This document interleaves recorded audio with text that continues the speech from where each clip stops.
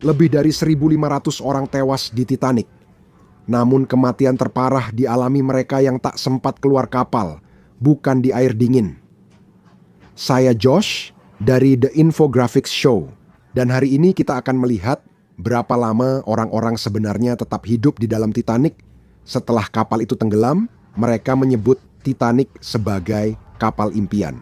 Pada 14 April 1912 sebelum tengah malam, kapal itu berubah jadi mimpi buruk.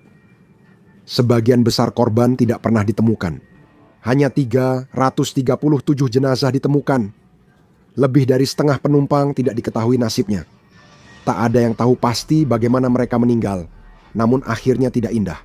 Mereka semua punya satu kesamaan. Suara es mencabik logam di kapal menandai akhir kisah mereka. Yakub, pengusaha kaya New York, baru kembali dari bisnis di London membahas kesepakatan tekstil. Sebagai penumpang kelas 1, ia menikmati hidangan mewah dan bergaul dengan tokoh penting. Dan saat alarm meraung di seluruh kapal, dia adalah salah satu orang pertama yang naik ke dek atas, tapi dia tidak mencari tempat di sekoci. Sebagai pria 72 tahun, dia enggan mengambil tempat dari wanita dan anak-anak. Sebaliknya, dia membantu proses evakuasi dan berharap masih ada tempat tersisa di akhir, tapi dia belum mengetahuinya. Kapal itu sudah menentukan bagaimana dia akan meninggal. Tak semua di kapal itu berniat baik.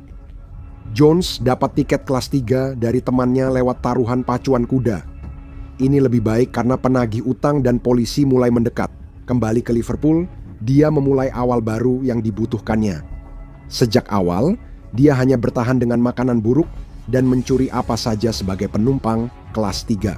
Saat ini, dia sebenarnya tidak punya kesempatan untuk naik sekoci, tapi ketika kekacauan dan kebingungan semakin meningkat, mungkin dia akan bisa merebut satu tempat.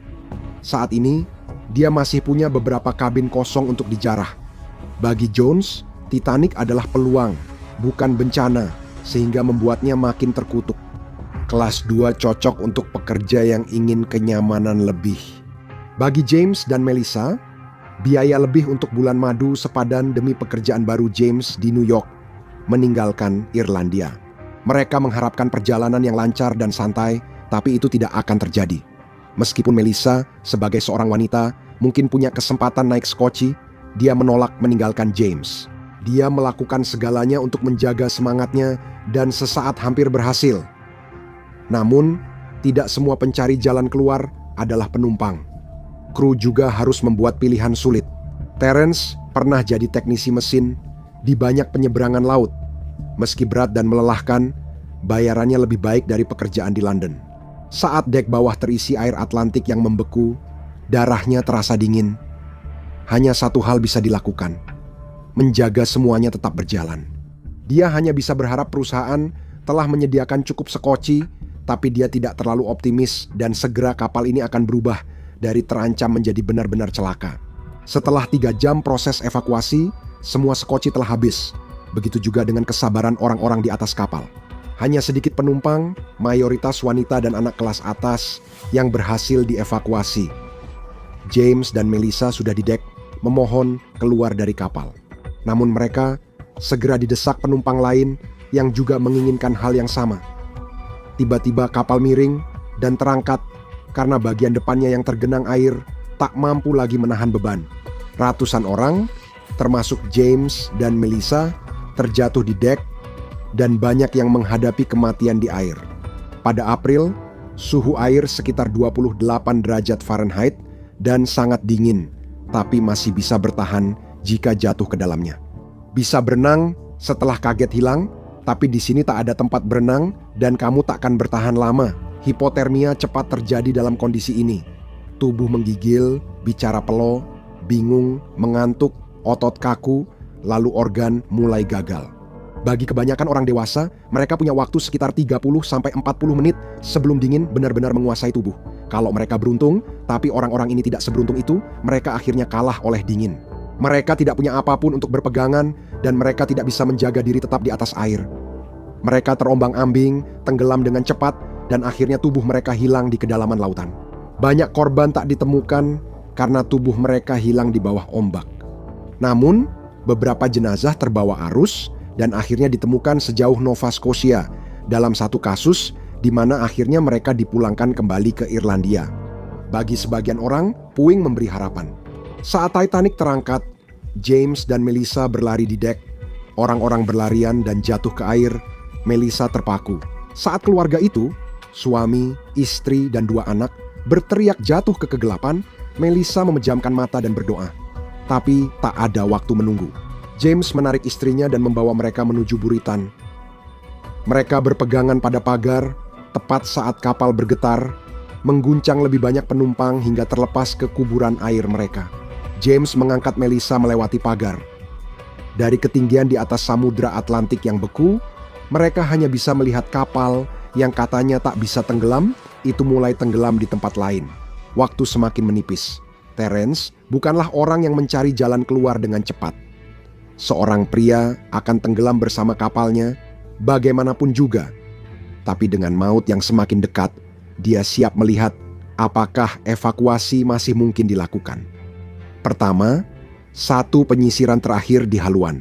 Air es cepat menggenang di lututnya saat kapal miring tajam. Dia sering melewati rute ini, hanya perlu memastikan tak ada yang terjebak di bawah. Dingin menusuk, tapi Terence tetap tangguh. Sesaat, ia pikir masih bisa keluar. Tiba-tiba air menyembur masuk lewat haluan. Kapal terguncang, Terence terbentur dinding logam.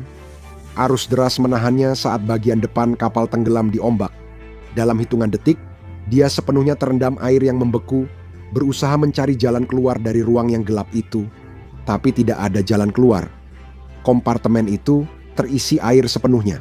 Haluan Titanic lenyap dalam kegelapan, membawa Terence. Saat air menutup kepalanya, waktu terasa berlalu lebih cepat. Kelas 3 jadi ladang emas bagi Jones, penipu kelas Terry yang sudah mendapat uang dan barang berharga dari kabin lain. Sekarang dia hanya perlu ke dek perahu, mungkin membawa bayi, menjual kisah sedih, dan menipu agar naik skoci. Anehnya, di sini tidak ada air. Jones bergegas ke tangga, tapi terhenti oleh gerbang baja yang sengaja dipasang agar penumpang kelas bawah tak bisa ke dek atas. Dalam kepanikan, gerbang terlupakan. Jones sadar masih ada orang lain terjebak bersamanya, dan ia menghindari ruangan-ruangan itu. Dia hanya bisa memukul jeruji dan berteriak dalam gelap, berharap seseorang mendengar. Lalu kapal itu miring dengan keras. Lantainya seperti ditarik dari bawahnya dan melemparkannya ke dinding. Saat Titanic miring vertikal, buritan perlahan turun ke Atlantik. Jones berjuang keras, memutar tubuhnya mencari tempat yang aman. Di mana saja, dia berhasil membuka pintu lemari dengan paksa dan masuk ke dalamnya. Itu adalah tempat berlindung, tapi sampai kapan? Yakub tidak punya khayalan seperti itu sebagai seorang pria tua. Dia menerima takdirnya, keluarganya akan dijaga. Ia membantu puluhan orang turun dari kapal sebelum skoci habis. Dia sudah berdamai dengan Tuhannya dan memilih menghabiskan sisa hidupnya berbicara kepadanya. Setelah evakuasi mereda, dia kembali ke kamar kelas 1, menutup pintu dan menunggu akhir saat kapal mulai terangkat. Dia menggenggam erat meja samping tempat tidurnya dan sedikit cahaya dari jendela luar mulai meredup. Dia tidak perlu menunggu lama. Hanya butuh beberapa menit sampai tekanan laut mencapai lambung kapal. Bagian Titanic ini memang tak dirancang untuk itu. Jendela yang seharusnya untuk melihat laut justru paling dulu hancur.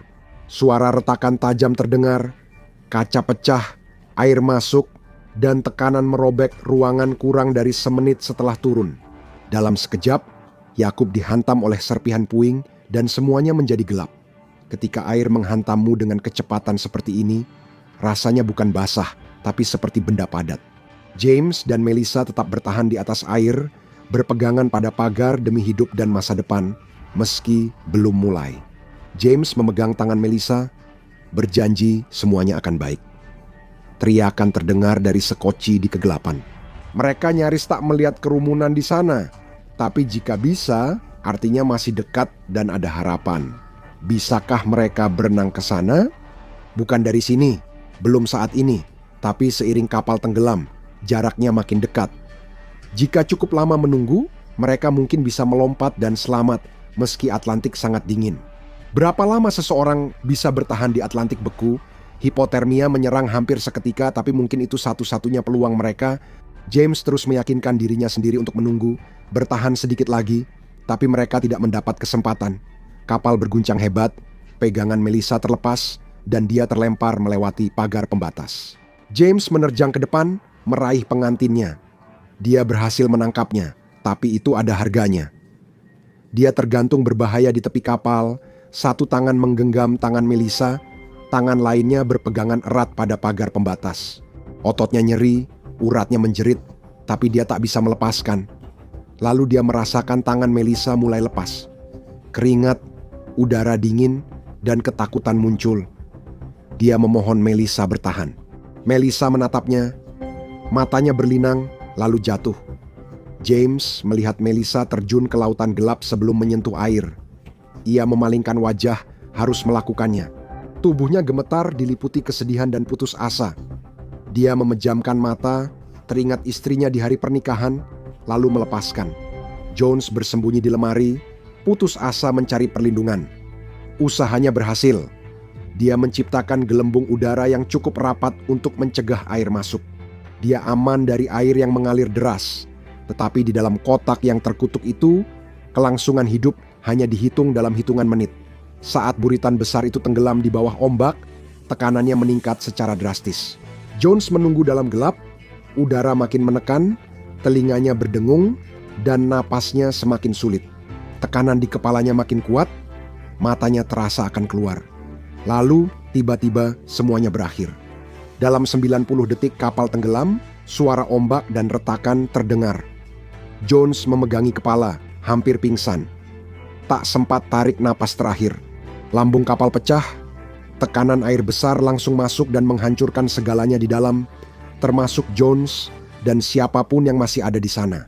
Titanic terkena tekanan lebih dari 6.000 PSI cukup untuk merobek buritan saat kapal turun ke dasar laut. Tak ada yang selamat di dalamnya. Buritan Titanic runtuh begitu keras hingga orang diskoci dan yang bertahan hidup bisa mendengar suara logam robek di bawah.